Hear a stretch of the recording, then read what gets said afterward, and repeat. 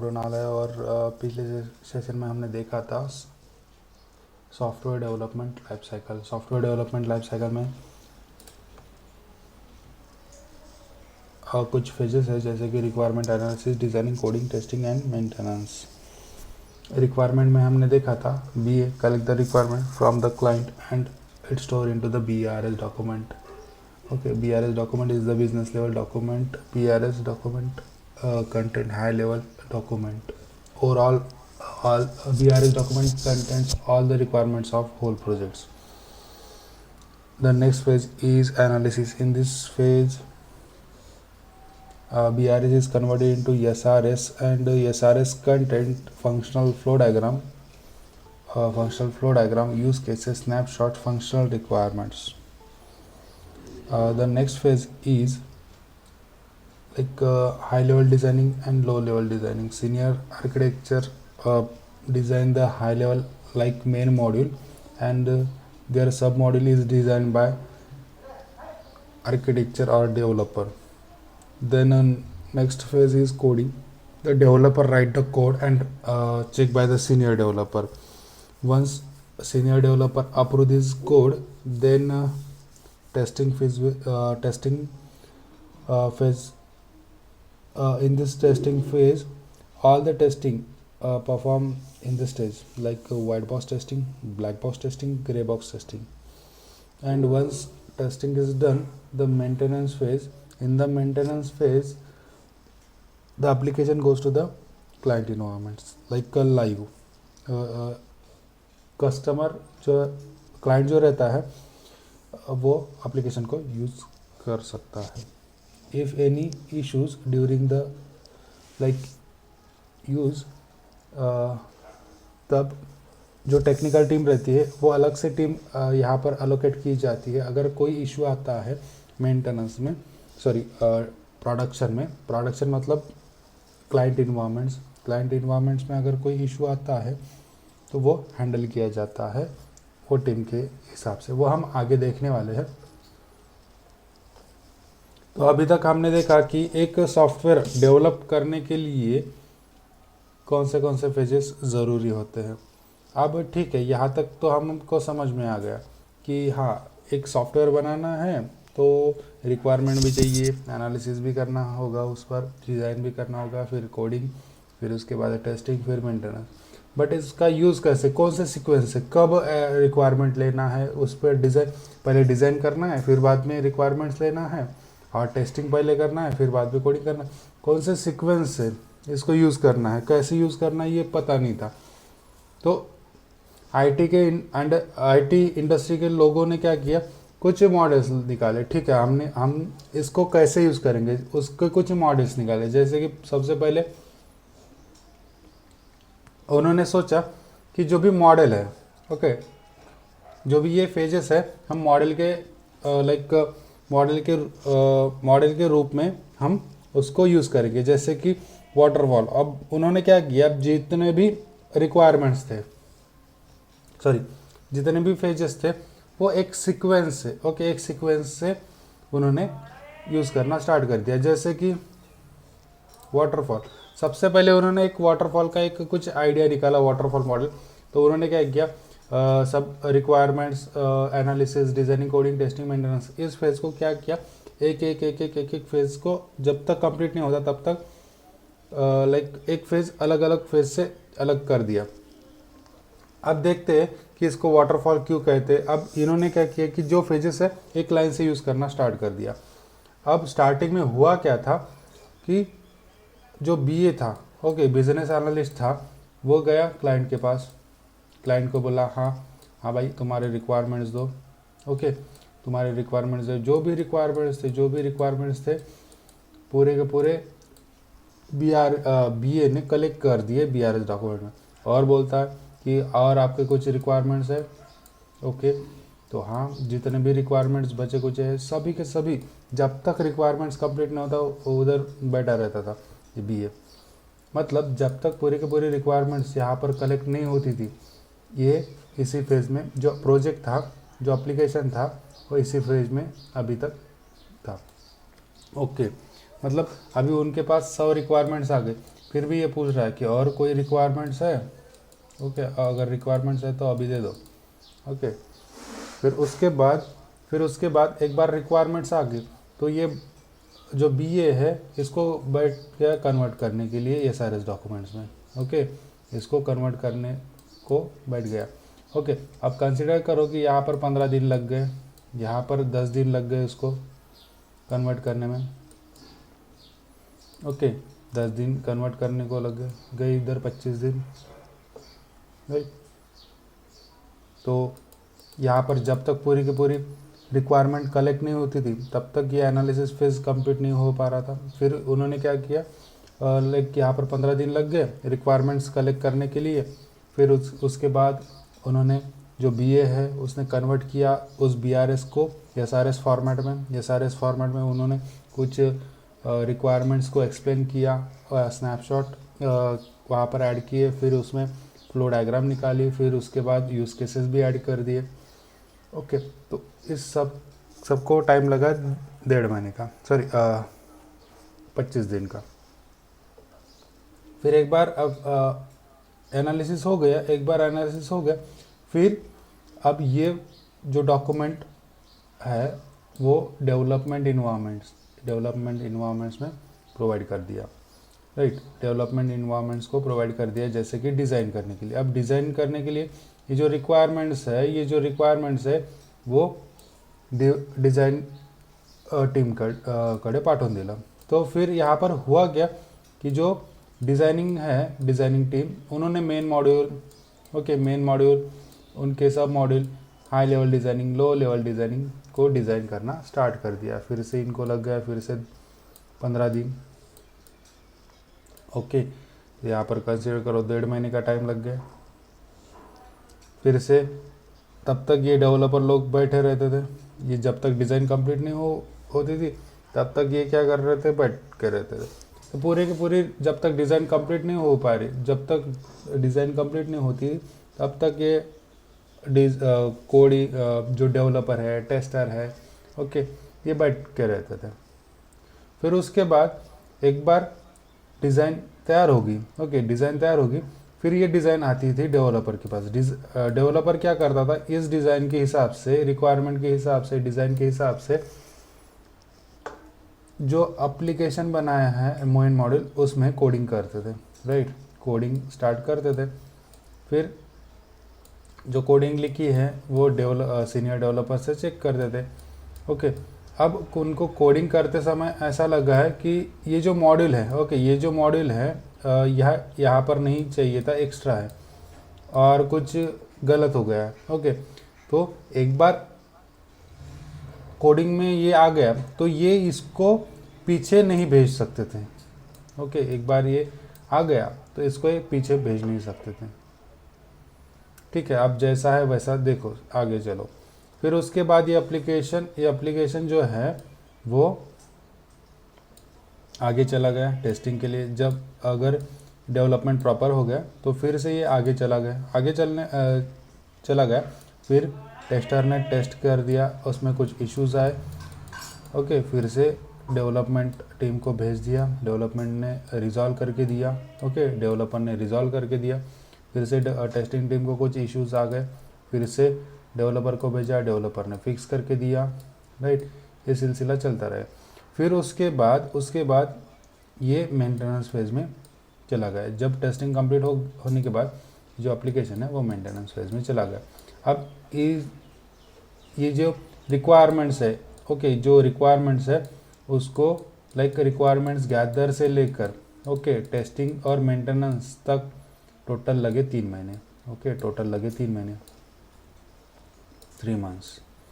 Okay, तो अब ये जो मॉडल बनाया था स्टार्टिंग में तो उतना इम्पैक्टिव नहीं लग रहा था, क्योंकि क्या हो रहा था यहाँ पर जो भी रिक्वायरमेंट्स आ रही थी, राइट, जो भी रिक्वायरमेंट्स आ रही थी, ओके, तो यहाँ पर हमने एक ओवरव्यू देखा कि जब तक पहला फेज कंप्लीट नहीं होता तब तक ये बाकी के लोग बैठ के रहते थे। ओके, तब तक ये जो प्रोजेक्ट है वो दूसरे फेज में नहीं जाता था। जो एप्लीकेशन है वो दूसरे प्रोजेक्ट में, मतलब यहाँ पर हमने क्या किया, स्टार्टिंग में जितने रिक्वायरमेंट्स थे पूरे के पूरे रिक्वायरमेंट्स कलेक्ट कर दिए। ओके, पूरे के पूरे रिक्वायरमेंट्स कलेक्ट कर दिए जितने रिक्वायरमेंट्स थे। फिर एक बार रिक्वायरमेंट कलेक्ट होने के बाद उसको पूरे रिक्वायरमेंट्स को कन्वर्ट किया गया SRS डॉक्यूमेंट्स में। ओके, पूरे के पूरे रिक्वायरमेंट्स को कन्वर्ट किया गया SRS डॉक्यूमेंट्स में, राइट। फिर तब तक ये जो आर्किटेक्चर है, डेवलपर है, टेस्टर है, ये बैठ के रहते थे, लूडो वगैरह खेलते बसता थे तोपर्यंत। फिर उसके बाद ये कन्वर्ट होने के बाद ये आता है डिज़ाइनिंग फेज़ में। डिज़ाइनिंग फेज़ में आने के बाद जो रिक्वायरमेंट के हिसाब से मॉड्यूल और सब मॉड्यूल, मतलब हाई लेवल डिज़ाइनिंग और लो लेवल डिज़ाइनिंग यहाँ पर की गई थी। ओके, डिज़ाइन होने के बाद यहाँ पर ये आता है कोडिंग फेज़ में। ओके, कोडिंग फेज़ में अगर डिज़ाइनिंग फेज़ में अगर उसको लग रहा है कि हाँ ये रिक्वायरमेंट के हिसाब से ये बराबर नहीं है, ओके, इसको हम मॉडिफाई कर सकते थे, नहीं, ओके, रिक्वायरमेंट क्लियर नहीं, तो ये जो रिक्वायरमेंट्स है अब प्रोजेक्ट आ गया डिज़ाइनिंग फेज़ में। डिज़ाइन फेज़ में आने के बाद ये वापस नहीं जा पा रहा था, राइट। इसका कुछ लिमिटेशंस थी वाटरफॉल। ओके, फिर तब तक डेवलपर बैठ के रहता था और जब तक डिज़ाइन तैयार नहीं होता था टेस्टर भी बैठ के रहता था। फिर इसके पास आ गया डेवलपर के पास, फिर डेवलपर ने क्या किया, फिर से इसको जो भी मॉडल्स बनाए थे उसको कोडिंग करना स्टार्ट कर दिया। कोडिंग होने के बाद टेस्टिंग हो गया, टेस्टिंग होने के बाद मेंटेनेंस। अब यहाँ पर एक ऑब्जर्व करने की चीज़ है, जैसे कि यहाँ पर एक ऑब्जर्व करने वाली चीज़ है, जैसे कि जो रिक्वायरमेंट्स है, एनालिसिस है, डिज़ाइनिंग है, कोडिंग है, टेस्टिंग है और मेंटेनेंस है, ये अलग अलग फेजेस है। ओके, ये अलग अलग फेजेस है। यहाँ पर हम एक एनालिसिस करते हैं जब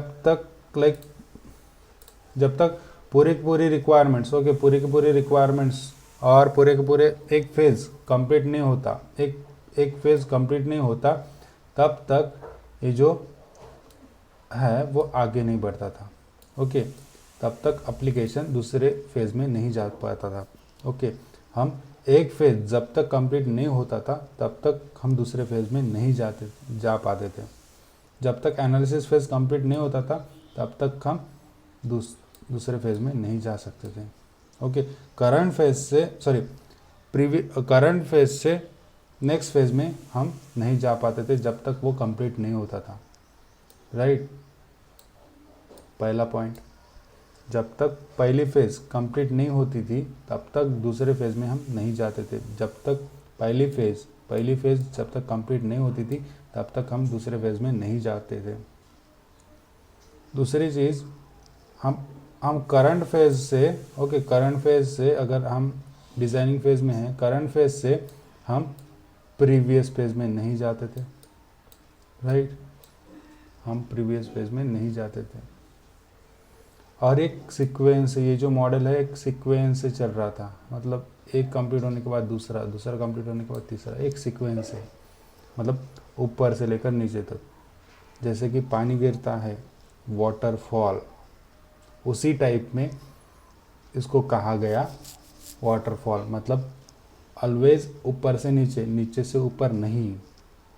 बट यहाँ पर एक आपको एक ये हो जाएगा कन्फ्यूजन कि यहाँ पर वापस जा सकता था। ओके, सिर्फ यही दो दिए थे फ्लेक्सिबिलिटी, बट नॉर्मली एक फेज़ कंप्लीट होने के बाद दूसरे फेज़ में जो भी एक फेज़ में अगर हम हैं एक फेज़ में रिक्वायरमेंट गैदरिंग में अभी है, तो जब तक रिक्वायरमेंट गैदरिंग कंप्लीट नहीं होती थी तब तक हम एनालिसिस फेज़ में नहीं जा सकते थे, राइट। फिर उसके बाद एनालिसिस फेज़ में अगर है तो हम डिज़ाइन फेज़ में डायरेक्टली जा नहीं सकते थे जब तक एनालिसिस फेज़ कंप्लीट नहीं होता। समझ में आ रहा पहला पॉइंट। उसके बाद अगर हम करंट फेज़ में हैं, डिज़ाइनिंग फेज़ में हैं, अगर हम डिज़ाइनिंग फेज़ में हैं तो हम प्रीवियस फेज़ में नहीं जा सकते थे, राइट। ये कुछ लिमिटेशंस थी, राइट, कुछ इसकी लिमिटेशंस थी। फिर इसके बीच में अगर क्लाइंट बोलता है कि ओके, इसके बीच में अगर एप्लीकेशन यहाँ पर आ गया, ठीक है, डिज़ाइनिंग फेज़ में, ठीक है, ये तो हमको पता चला कि एक बार एप्लीकेशन एक फेज़ कंप्लीट नहीं होता है तब तक हम नेक्स्ट फेज़ में नहीं जा सकते थे। अभी कंसिडर करो डिज़ाइनिंग फेज़ में एप्लीकेशन है, तो इस बीच में क्लाइंट बोल रहा है कि जो मैंने रिक्वायरमेंट दी थी तो उसको मुझे चेंज करना है। जो मैंने लॉगिन पेज दिया था वहाँ पर मैंने 2 बटन्स बताए थे तो उसको चेंज करना है। ओके, उसमें और एक बटन ऐड करनी है। ये नॉर्मल पेज है, तो ये पहली रिक्वायरमेंट थी कि 2 बटन, एक यूज़र नेम, दूसरा पासवर्ड और 2 बटन, लॉगिन पेज और रीसेट, ऐसे 2 बटन थे। बट डिज़ाइनिंग फेज़ में क्या हो रहा था, डिज़ाइनिंग फेज़ में अब क्लाइंट को लग रहा है कि ये जो हमने बताए थे बटन्स ये थोड़े से गलत हो गए, मुझे और एक बटन चाहिए, जैसे कि कैंसिल बटन। ये क्या हो गई, उनकी रिक्वायरमेंट्स हो गई, चेंज रिक्वेस्ट हो गई। ओके, क्लाइंट की रिक्वायरमेंट है ये 2 जो बटन्स है, इसके अलावा मुझे और एक बटन चाहिए। ये क्या हो गई, उनकी रिक्वेस्ट हो गई, चेंज रिक्वेस्ट हो गई। मतलब एग्जिस्टिंग फंक्शनलिटी, एग्जिस्टिंग पेज में और कुछ एडिशनल इन्फॉर्मेशन उनको ऐड करनी है, मतलब एक बटन ऐड करनी है। पहले 2 बटन्स थे और एक बटन क्लाइंट बोल रहा है कि मुझे और एक बटन चाहिए, जैसे कि लॉगिन पेज था, एक रीसेट बटन था। बट अभी फ़िलहाल में जब रिक्वायरमेंट दी थी तब उसने बताया नहीं था। बट अभी जो एप्लीकेशन है वो कौन से फेज़ में है, तो डिज़ाइनिंग फेज़ में। ओके, जो बिल्ड है वो कौन से फेज़ में है, तो डिज़ाइन फेज़ में। इन बिटवीन क्लाइंट बोल रहा है कि मुझे और एक बटन ऐड करना है जिसका नाम है कैंसिल बटन। बट अभी ये वाटरफॉल मॉडल क्या होता है कि आप रिक्वायरमेंट्स के हिसाब से वाटरफॉल के हिसाब से हम एक फेज़ से प्रीवियस फेज़ में नहीं जा सकते थे। मतलब हम रिक्वायरमेंट एक्सेप्ट नहीं कर पाते थे अभी, राइट। अभी करंट फेज़ से हम प्रीवियस फेज़ में नहीं जाते थे, तो इसको सिंपली हम बोलते थे अभी रुको। ओके, अभी रुको, जब तक ये मेंटेनेंस फेज़ में नहीं जाता फिर तब तक ये हम एक्सेप्ट नहीं कर पाएंगे। ओके, एक बार मेंटेनेंस हो गया फिर से ये हम 3 महीने के बाद आपकी रिक्वेस्ट जो है वो एक्सेप्ट कर लेंगे। समझ में आ रही चीज़, समझ में आ यस रही है? Sir, yes sir. तो यहाँ पर हो क्या रहा है, देखो पहला पॉइंट है कि करंट फेज से सॉरी, ये जो मॉडल है वो सिक्वेंशियल है। ओके, एक लाइन से चल रहा है, सिक्वेंशियल मॉडल है। Okay, waterfall model is a sequential model, right, पहला पॉइंट। दूसरा पॉइंट, एक फेज से ओके एक फेज से हम दूसरे फेज में तब तक नहीं जा सकते थे जब तक पहली फेज कंप्लीट नहीं हो पाती थी। ओके, जब तक पहली फेज कंप्लीट नहीं होती थी तब तक हम दूसरे फेज में नहीं जाते थे, राइट। ये दूसरा पॉइंट। तीसरा पॉइंट, करंट फेज से करंट फेज में अगर हम डिज़ाइनिंग फेज में हैं, डिज़ाइनिंग फेज में हैं, और इस डिज़ाइनिंग फेज से हम प्रीवियस फेज में नहीं जा सकते थे, राइट। समझ में आ रही चीज़, तीसरा पॉइंट।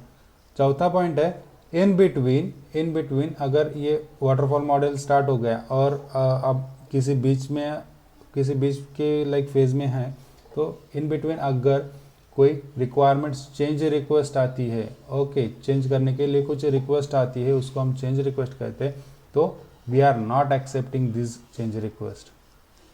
ओके, समझ में आ रहा है चीज़? Yes sir. Yes sir.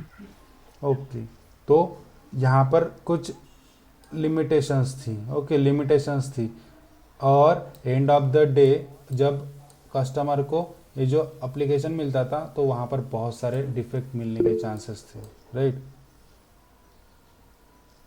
Not able to hear. फटाफट रिकैप करते हैं कौन कौन से पॉइंट्स हमने कवर किए। लाइक यहाँ पर अगर इसकी डेफिनेशन निकाले तो waterfall model is a sequential model, right. पहला कौन सा है, सिक्वेंशियल, राइट। दूसरा, एक फेज से हम दूसरे फेज में नहीं जा सकते थे। तीसरा, करंट फेज से प्रीवियस फेज में नहीं जा सकते। इन बिटवीन हम CR जो है वो एक्सेप्ट नहीं कर सकते थे, राइट। समझ में आ गई ये 4 चीज़ें? Yes sir. ओके, और इसको जो रिलीज टाइम था, डिलीवर टाइम था, जो भी हमने एप्लीकेशन क्रिएट किया था वो डिलीवर का टाइम क्या था, 3 महीने। ओके, 3 महीने के बाद हमने जो भी लाइक डेवलप किया है, टेस्ट किया है, वो एंड कस्टमर यूज़ कर सकता था।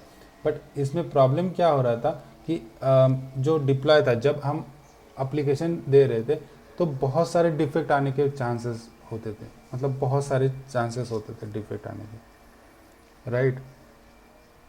तो ये मॉडल उतना सक्सेसिव नहीं रहा, क्योंकि अगर मेरी 10 बार चेंज रिक्वेस्ट है, मेरे मुझे नहीं पता कि अभी करना क्या है, मुझे जैसे जैसे मैं एप्लीकेशन यूज़ करता जाऊंगा तब तब मुझे समझ में आ जाएगा कि उसमें क्या एडिशन चाहिए, क्या रिमूव करना है, क्या ऐड करना है, राइट।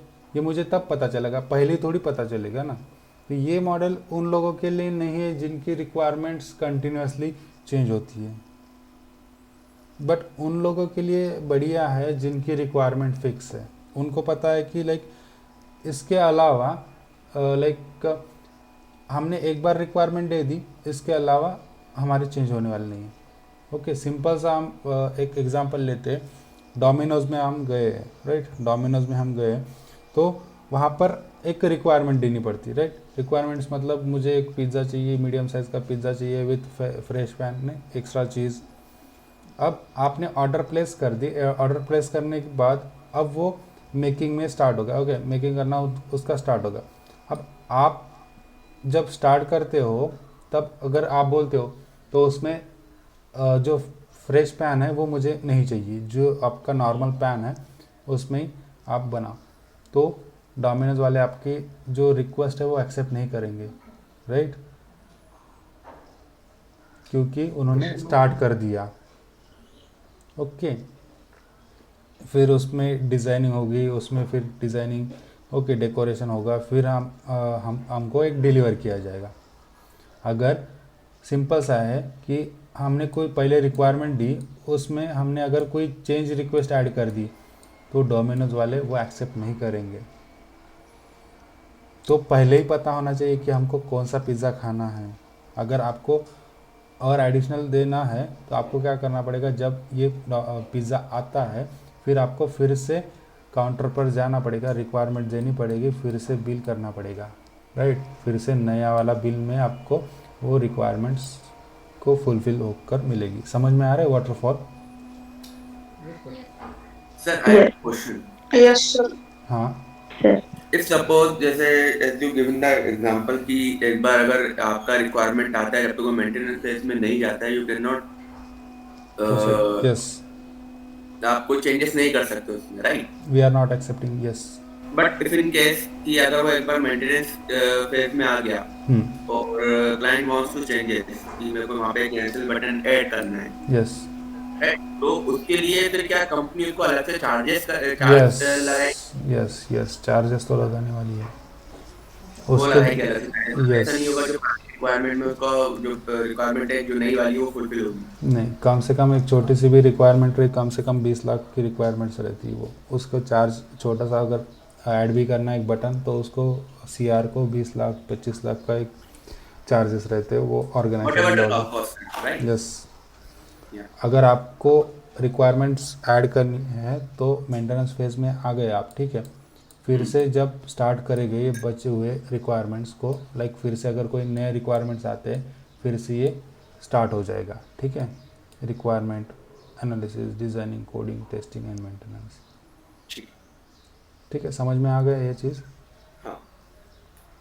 अब सर इसको पूरा 3 महीना चला जाएगा ना, जितना अपन ने लिया था पहले से, यस, फिर वापस से प्रोसेस करनी पड़ेगी, तो वापस से फिर 3 महीने और चले जाए, टाइम भी हाँ, चला जाएगा। हाँ, वो तो है। वाटरफॉल अब स्टार्टिंग में उनको पता नहीं था कि एक एग्जैक्टली यूज़ कैसे करना है, तो उन्होंने एक सिंपल वे से उसको यूज़ करना स्टार्ट कर दिया था, राइट। सिंपल सा उन्होंने फिर उसमें कुछ लिमिटेशंस थे वो ओवरकम करने की दूसरा मॉडल जनरेट किया था। यहाँ पर पहले उन्होंने ऑब्जर्व किया कि एंड ऑफ द डे जब भी मेंटेनेंस में जाता है, जब भी एंड कस्टमर जो है, जो क्लाइंट है, वो एप्लीकेशन जब यूज़ कर रहा है, ओके, जब एप्लीकेशन यूज़ कर रहा है तब होता क्या था कि उसको बहुत सारे इश्यूज़ को फेस करना पड़ता था। क्यों हो रहा था? क्योंकि यहाँ पर कम्युनिकेशन भी गैप थी और एक फेज़ से दूसरे फेज़ में हम नहीं जा पा रहे थे। इसके हिसाब से इसमें बहुत सारे इश्यूज़ आ रहे थे क्योंकि रिक्वायरमेंट भी क्लियर नहीं थी। तो इसमें क्या हो रहा था कि बहुत सारे इश्यूज आ रहे थे। क्यों आ रहे थे? क्योंकि ड्यू टू द टेस्टिंग जो है वो एक ही टाइम हो रही थी। फिर इन्होंने क्या किया और एक मॉडल निकाला जिसका नाम है वी मॉडल। ओके, जिसका नाम है वी मॉडल, वेरिफिकेशन और वैलिडेशन। सर मेरा एक क्वेश्चन था, हम्म। एसडीएलसी में भी सेम फेजेस है और वाटरफॉल में भी सेम फेजेस है, तो एसडीएलसी में भी सीक्वेंशियली फ्लो था ना? वो हमने Why we सिक्वेंशियल use से, waterfall? हाँ, अब ये जो सॉफ्टवेयर डेवलप करने के लिए हमको इतनी चीज़ें लाइक, एक मिनट, ओके। तो सॉफ्टवेयर बनाने के लिए आपको रिक्वायरमेंट्स चाहिए, एनालिसिस चाहिए, डिज़ाइनिंग चाहिए, कोडिंग चाहिए, मेंटेनेंस चाहिए।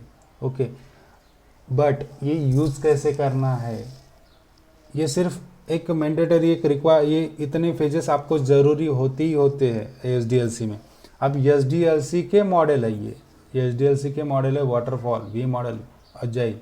ओके, तो इसको यूज़ कैसे करना है, इस फेजेस को यूज़ कैसे करना है, वो बताने का काम इस मॉडल ने किया है। आप ये जो फेजेस है, हाँ, ये पता है कि हमको डेवलपमेंट करने के लिए ये इतने फेजेस ज़रूरी है, एक भी स्किप किया तो हमारा जो एप्लीकेशन है वो डेवलप नहीं हो पाएगा, बट इसको यूज़ कैसे करना है वो नहीं पता था ना। ओके, तो ये Okay. Waterfall is the SDLC model. ठीक है, वाटरफॉल जो है वो एसडीएलसी का मॉडल है।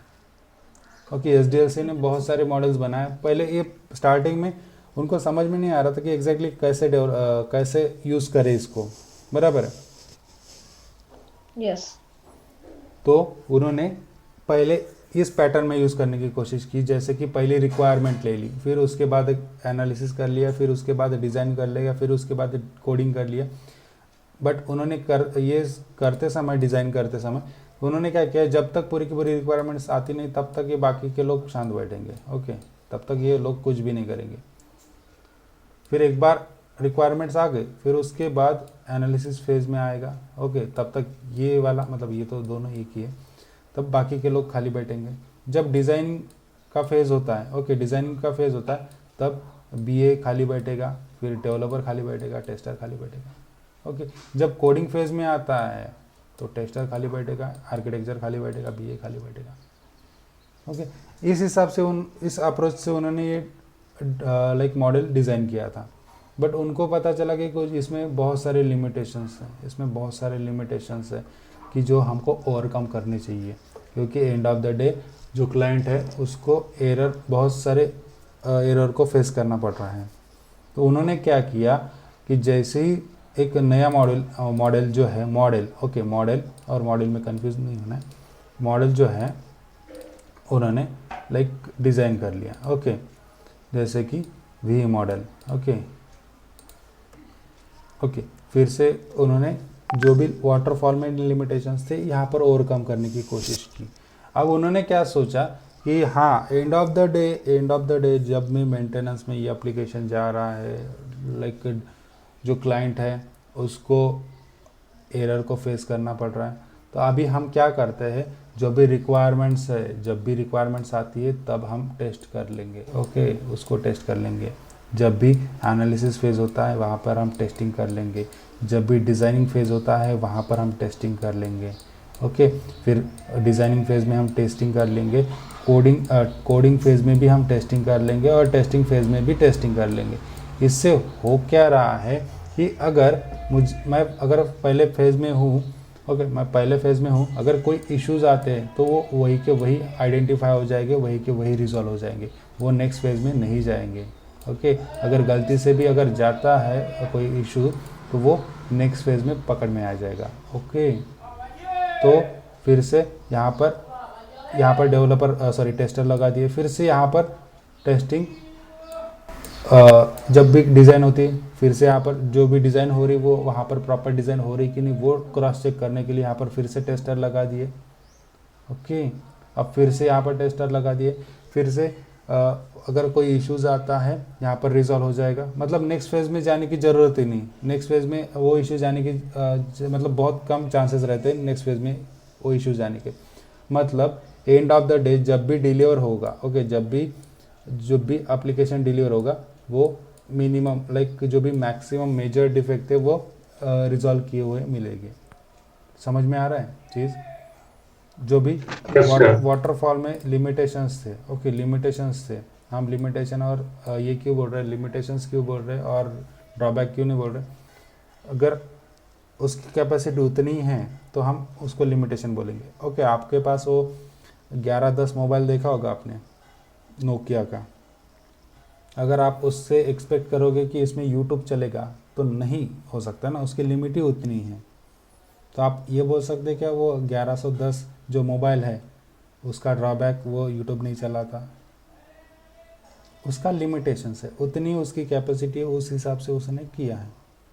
लाइक वाटरफॉल में भी वैसे ही है कि उस जितनी कैपेसिटी उस हिसाब से वो प्रॉपर चल रहा है, बट हमारी एक्सपेक्टेशन बढ़ गई है। राइट हमारी एक्सपेक्टेशन बढ़ गई तो ऑब्वियसली अगर हम 1110 मोबाइल से, वो बटन वाला जो मोबाइल था जिसमें हम स्नेक का गेम खेलते थे, उससे अगर हम एक्सपेक्टेशन कर रहे हैं कि हाँ इसमें यूट्यूब अच्छा चलना चाहिए, तो नहीं, तो ये लिमिटेशंस हम कहेंगे। उस 1110 जो मोबाइल है उसकी लिमिटेशन है कि वो सिर्फ FM तक ही सीमित है। ओके तो जो लिमिटेशंस है वो ओवरकम करने का कोशिश, जो लिमिटेशंस है वो ओवरकम करने की कोशिश कहाँ पर की? नेक्स्ट मॉड्यूल में जिसका नाम है V मॉडल।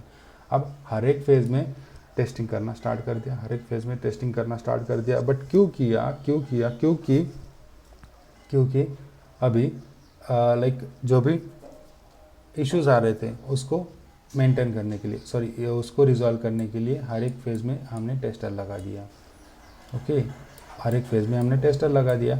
अब इससे हो क्या रहा है कि अगर एप्लीकेशन एक फेज़ से दूसरे फेज़ में जाता है तब ये जो एप्लीकेशन है वो एरर फ्री होता जाएगा। ओके मिनिमम जो एरर है वो रहेंगे, मैक्सिमम जो मेजर डिफेक्ट्स है वो एरर है वो रिजॉल्व होते हुए आएंगे। मतलब एंड ऑफ द डे जब भी एप्लीकेशन डिलीवर होगा, जब भी रिलीज़ होगा, तब ये जो एप्लीकेशन है वो एरर फ्री रहेगा। समझ में आ रही चीज़? वैसे तो कोई एरर फ्री नहीं रहता, फिर भी जो भी छोटे छोटे डिफेक्ट्स है उतने ही रहेंगे, बड़े बड़े वाले डिफेक्ट्स निकल जाएंगे। समझ में आ रही चीज़? Sir in short real time changes.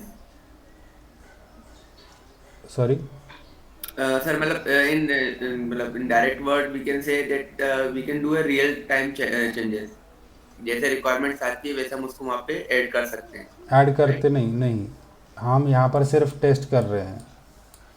Okay add नहीं कर रहे, we are not accepting CR, we are only focusing here testing. Okay जे आपले लिमिटेशंस होते, ओके जहाँ पर हम यहाँ पर क्या होता है, लिमिटेशंस क्या थी कि जो भी and of the day like यहाँ पर इश्यूज आ रहे थे। ओके एंड कस्टमर को इश्यूज आ रहे थे, क्यों आ रहे थे?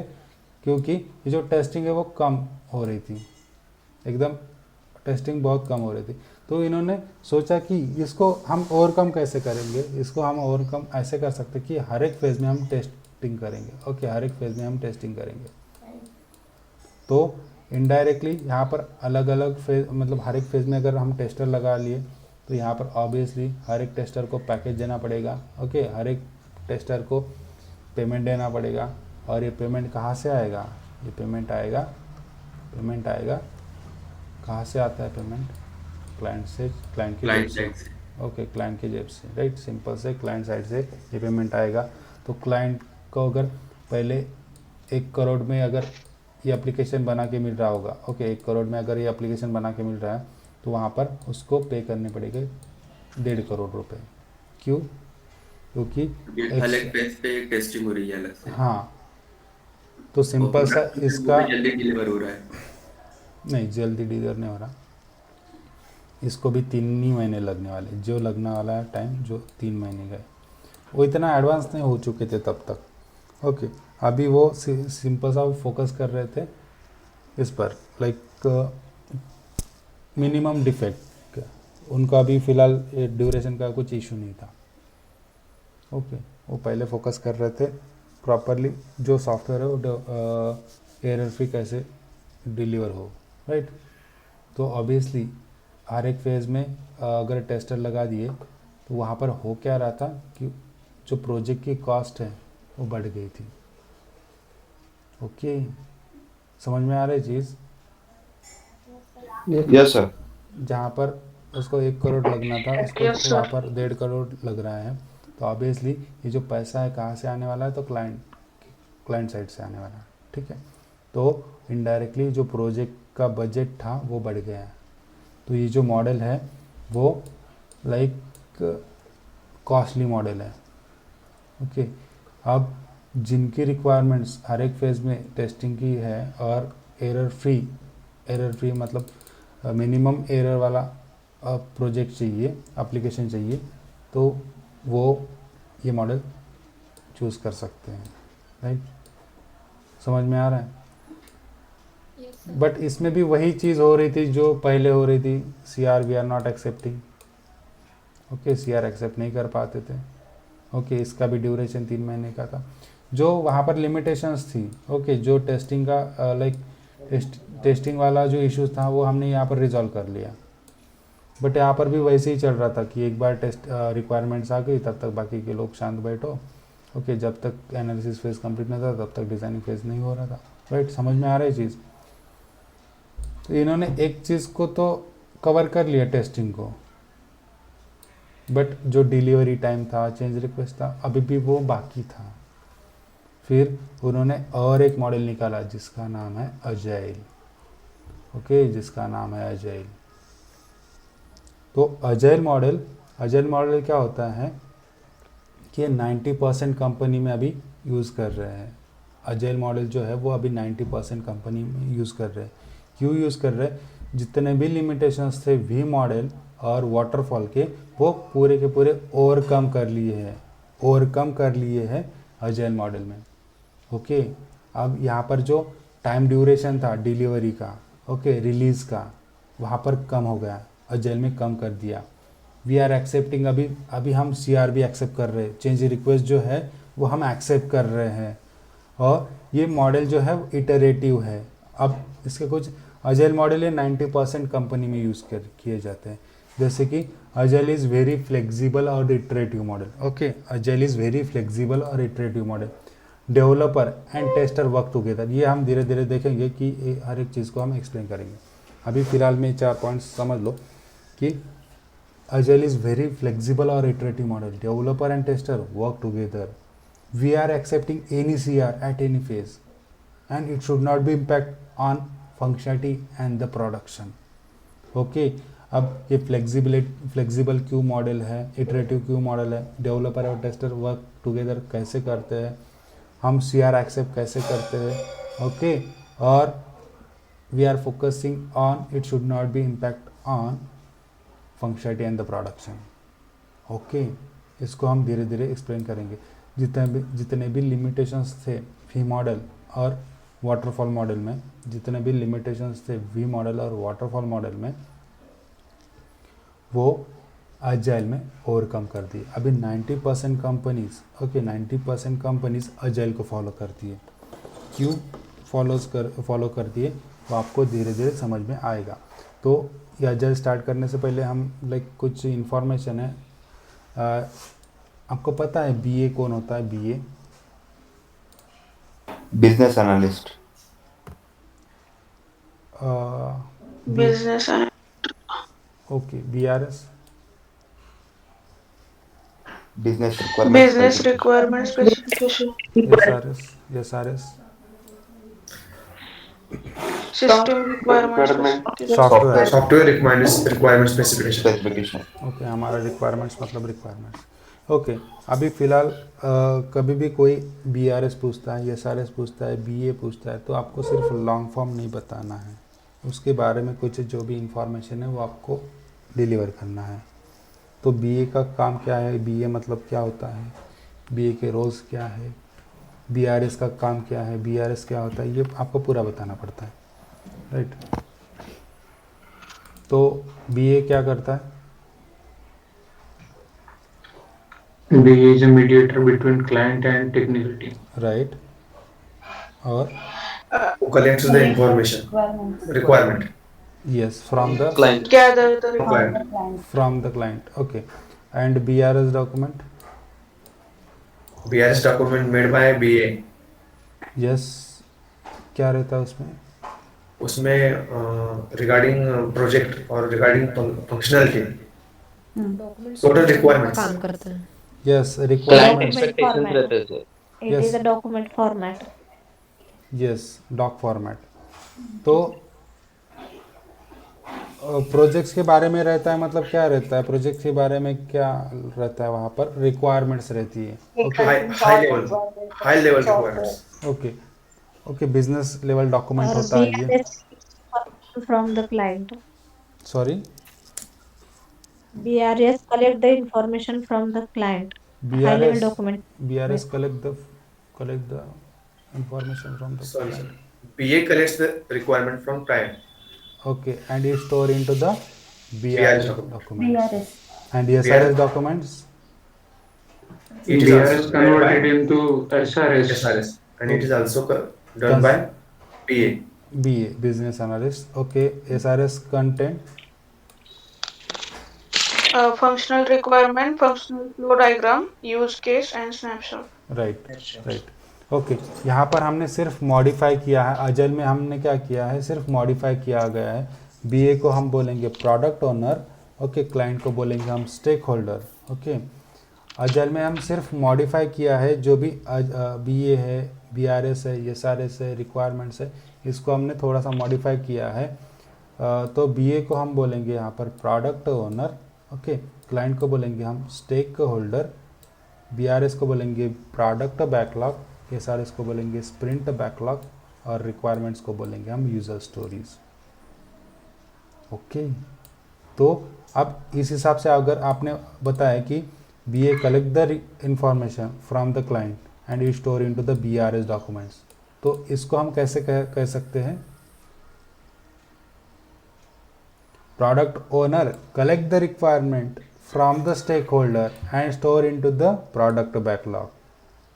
Okay, product owner collect the requirement from the stakeholder and store into the product backlog. Right? समझ में आ रहा है? अच्छा. Yes sir. Yes sir. Yes, sir. यहाँ पर सिर्फ नाम चेंज हो गए हैं अजाइल में. Product owner, product owner, stakeholder, product backlog, उसके बाद स्प्रिंट बैकलॉग, यूज़र स्टोरीज, ये सिर्फ नाम चेंज हो गए, काम वही है. अब ये स्प्रिंट बैकलॉग और प्रोडक्ट बैकलॉग होता क्या है वो हम आगे देखने वाले हैं. अभी फ़िलहाल के लिए ओवरव्यू देख लो कि जैसे कि बीए को हम बोलते हैं प्रोडक्ट ओनर, क्लाइंट को बोलेंगे हम stakeholder, BRS product backlog, SRS sprint backlog, requirement, user stories. Okay, जितने भी लिमिटेशंस थे, जितने भी लिमिटेशंस थे वाटरफॉल में, जो कि ड्यूरेशन का टाइम था, we are not accepting the CR change request. Okay, we are not accepting the change request. उसके बाद जो डिलीवरी टाइम था वो 3 महीने का था. तो जितने भी लिमिटेशंस थे वो ओवरकम करने का काम हम यहाँ पर कर रहे हैं. ओके, यहाँ पर हम कर रहे हैं. जैसे कि Ajay is very flexible iterative model. Okay, Agile is very flexible or iterative model. Developer and tester work together, accept any change request. Okay, any change request at any phase, and it should not be impact on functionality and production. Okay, clear है यहाँ तक?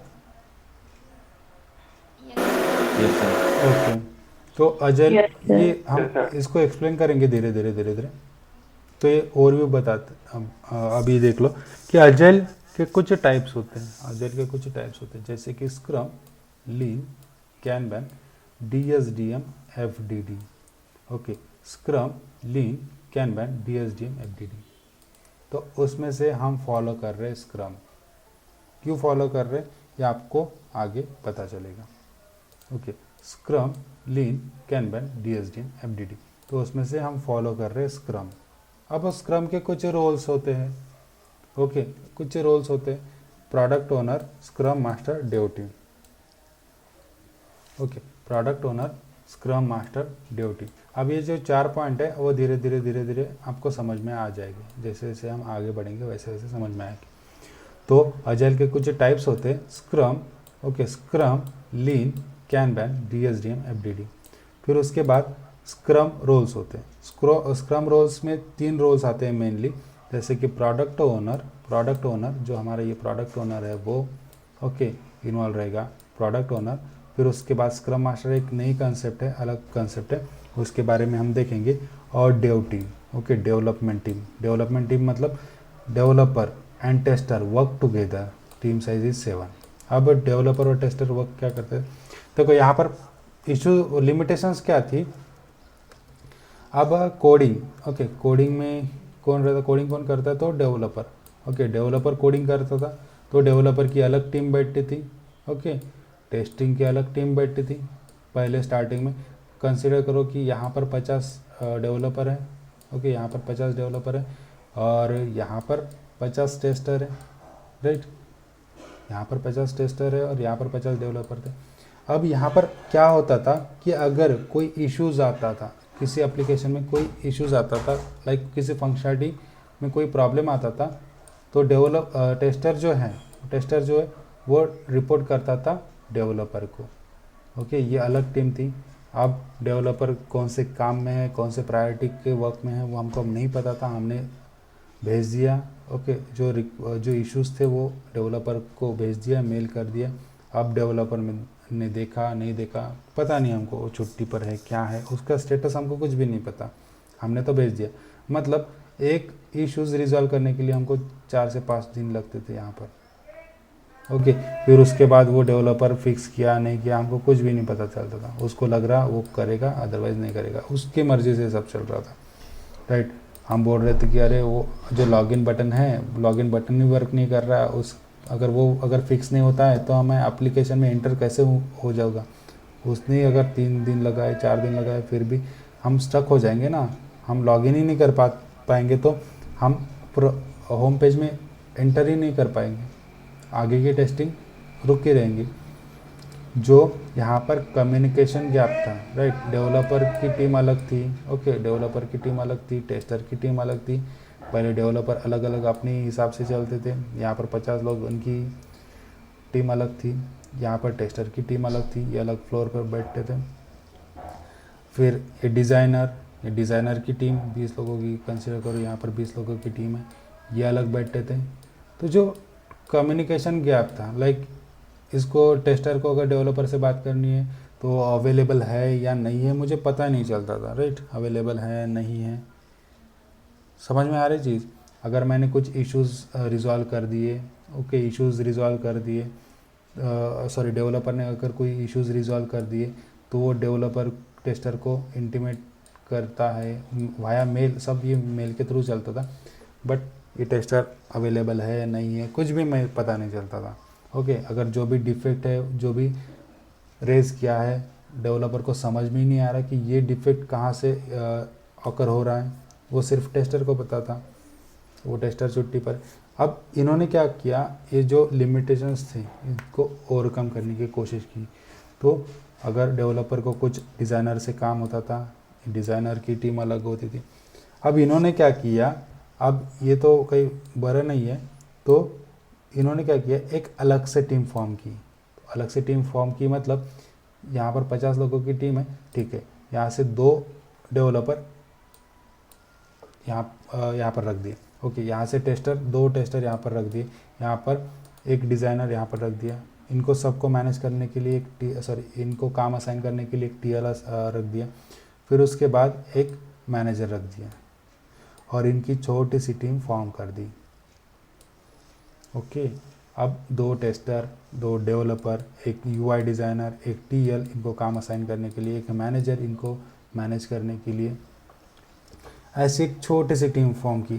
क्यों form की, क्योंकि जो communication gap था starting में, जो कम्युनिकेशन गैप था डेवलपर और टेस्टर का, तो वो रिमूव करने के लिए, जो कम्युनिकेशन गैप था डेवलपर और डिज़ाइनर के बीच में, वो रिमूव करने का यही एक तरीका था कि उनको एक ही टीम में ऐड कर लो।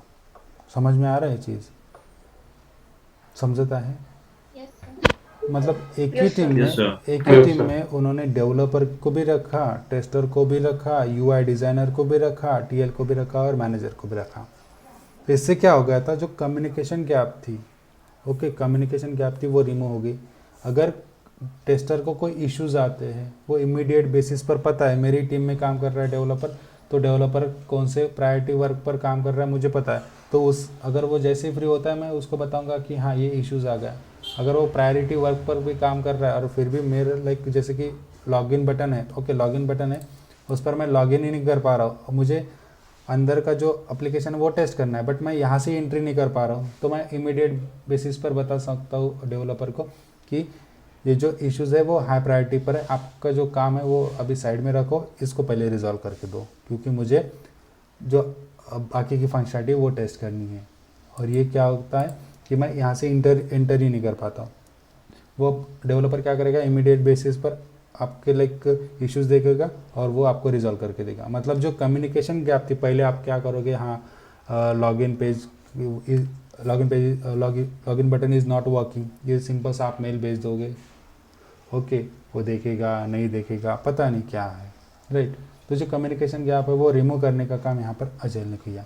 तो उसने एक छोटी सी टीम फॉर्म की, वो बड़ी बड़ी टीम से अच्छा उन्होंने एक छोटी सी टीम फॉर्म कर दी और टीम में हर एक लोग ऐड कर दिए, जैसे कि डेवलपर भी हो गया, टेस्टर भी हो गया, यूआई डिज़ाइनर भी हो गया, और उनको काम असाइन करने के लिए टीएल असाइन कर दिया, फिर उसके बाद एक मैनेजर। तो इनको सबको मिलकर बन गई एक टीम, और इसी टीम को ऐसे अलग अलग बहुत सारे टीम्स बनाए उन्होंने, ओके ऐसे बहुत सारे टीम्स बनाए, ओके। और इस टीम को एक टीम को नाम दिया है, एक टीम को नाम दिया गया डेव टीम, ओके। इस पूरे टीम को नाम दिया डेव टीम। समझ में आ रही चीज़, डेव टीम से इसको लाइक बुलाया जाता था, Dave team. Clear, Dave team. Hello, Yes, sir. Okay. तो ये प्रोडक्ट ओनर तो हमको पता है, स्क्रम मास्टर नहीं पता, ये नया कंसेप्ट है। अभी हमने देखा Dave team, okay Dave team. अब यहाँ पर क्या होता है कि Dave team developer and tester की जो टीम रहती है उसको हम डेव टीम कहेंगे, ओके। अब टीम साइज़ अगर हम 7 कंसिडर करते हैं, ओके, अगर 7 कंसिडर, नॉर्मली अजल में क्या होता है कि टीम साइज़ 4 से लेकर 20 तक इतनी टीम साइज़ रहती है, 4 से लेकर 20 तक इतनी टीम साइज़ रहती है, बट ये वैरी करती है हर एक प्रोजेक्ट के हिसाब से। कोई टीम 4 की रहेगी, कोई टीम 6 की रहेगी, 7 की रहेगी, 8 की रहेगी, बट 20 के ऊपर नहीं रहेगी। छोटी सी टीम फॉर्म करनी है हमको, ज़्यादा भी नहीं बड़ी और ज़्यादा छोटी भी नहीं, ठीक है।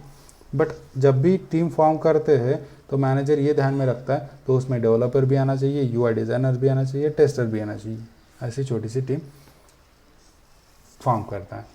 तो अभी हम कंसिडर करते हैं कि हमारी टीम साइज़ है 7, ओके, हमारी टीम साइज़ है 7। तो अगर टीम साइज़ अगर 7 होती है तो कितने हम उसको डिस्ट्रीब्यूट कैसे करेंगे, जैसे कि 2 डेवलपर, 3 टेस्टर, एक मैनेजर, एक UI designer, okay. 2 developer, 3 tester, 2 developer, 3 tester, एक मैनेजर, एक यूआई डिज़ाइनर, हो गए 7। 2 और 3 5, 5 और 1 6 और 1 7, हो गए 7 लोग एक टीम में, ओके। अगर स्क्रम टीम अगर बोलते हैं तो स्क्रम टीम में क्या आता है कि ये हमारी 7 लोगों की टीम तो है, प्लस उसमें ऐड हो गए scrum master, okay, scrum master और प्रोडक्ट ओनर, स्क्रम मास्टर और प्रोडक्ट ओनर ये ऐड हो गए, ओके। क्लियर है, Yes, sir. ओके। तो स्क्रम के रोल कौन कौन से हैं, product owner, scrum master, Dave team, product owner, scrum master और डेव टीम। क्लियर। अब आपको पूछा जाता है what is your team size, what is your team size. आप जो भी लाइक नंबर बताओगे तो इतना इंश्योर करना कि प्रॉपर डेवलपर भी आने चाहिए, टेस्टर भी आने चाहिए, उसमें मैनेजर भी आने चाहिए, एक यूआई डिज़ाइनर भी आना चाहिए। अब अगर आप 9 रखते हो, अगर 10 रखते हो तो प्रॉपरली ऐसा मत करो कि जैसे कि 10 की टीम रखी है तो 5 डेवलपर 5 टेस्टर, ऐसा नहीं रहता। फिर टीएल किधर गया, फिर मैनेजर किधर गया, राइट। तो उनको भी इन्वॉल्व करना है टीम में और उनको पकड़ के आपको टीम साइज बतानी है। समझ में आ रहा है चीज़? No sir. Yes sir. अब ओके, टीम साइज आपको अगर पूछा जाता है तो आपको एक बताना है, जैसे कि अगर हम 7 बताते तो कैन यू प्लीज़ इलेबरेट, तो 2 developer, 3 tester, 1 manager, 1 UI designer, ख़त्म। ये हमारी टीम साइज़ होगी। तो हम बाकी का हम कल देखते, तब तक के लिए थैंक यू।